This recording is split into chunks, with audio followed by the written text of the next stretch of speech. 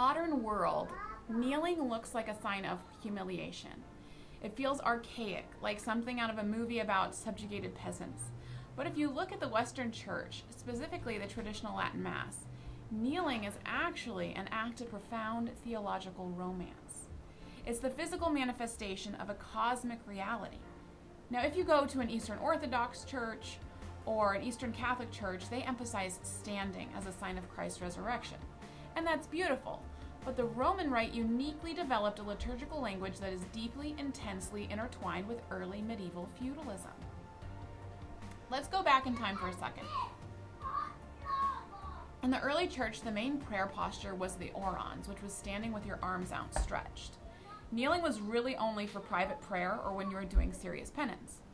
But when the Roman Empire collapsed and Europe transitioned into the medieval feudal system, the way Western Christians talked to God changed. The relationship between man and God started being filtered through the lens of vassalage and lordship. God wasn't just a distant bureaucratic emperor anymore. He was the ultimate Lord, and the Christian was his sworn vassal. Think about one of the most basic visual elements of the Latin Mass: praying with your hands pressed flat together, fingers pointing up. This is not an ancient Roman posture. It's not even a biblical posture. It is explicitly feudal. In the medieval Europe, when a vassal pledged his loyalty to a king, they did a ritual called immixtio manum, the mingling of the hands. The vassal would kneel before his lord, completely stripped of his weapons, and place his joined hands inside the open hands of the master. Then the lord would close his hands around the vassals.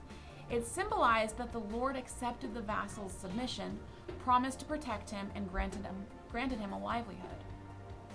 This symbolism is entirely unique to Western Christianity, and the liturgical parallel is stunning.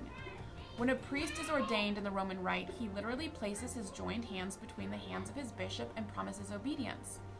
So whenever you pray with your hands joined and you kneel down, you are reenacting this feudal contract.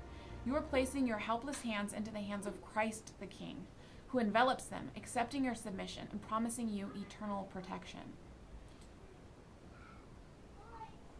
This unique emphasis on kneeling is completely tied to how the West views the Mass as a propitiatory sacrifice, meaning a sacrifice that appeases justice and atones for sin.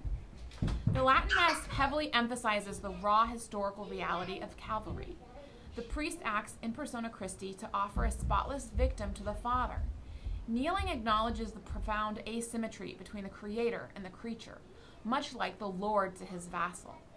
By kneeling with our hands pressed together during the consecration, we are visually placing ourselves at the foot of the cross, offering our homage. And if the Mass is a sacrifice where the King of Kings offers himself for our redemption, our posture when we actually receive him has to reflect that.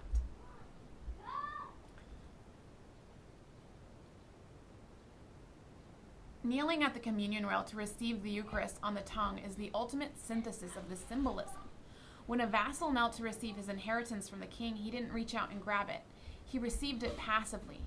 Standing to receive communion can subtly shift the focus to our dignity as resurrected beings, which again is a beautiful Eastern emphasis. But the Western mind prioritizes the raw reality of Christ's real presence and our total unworthiness to receive him. Kneeling and receiving on the tongue strips you of all active control. It forces a state of absolute childlike dependency. We are beggars being fed by the King. It completely prevents the commodification of the Eucharist. It draws a sharp, reverent line between the ordinary food and the body of the Creator. The Western Church's adoption of kneeling wasn't a historical accident. It was a providential development that gave physical form to the deepest mysteries of the faith. The image of the kneeling vassal, hands enveloped by his Lord, captures the perfect tension of the Christian life: absolute submission met with absolute love and protection. In an age that idolizes self-autonomy and egalitarianism, the simple, quiet, defiant act of kneeling with your hands pressed together reminds us of a timeless truth. True freedom is only found in total surrender to the King of Kings.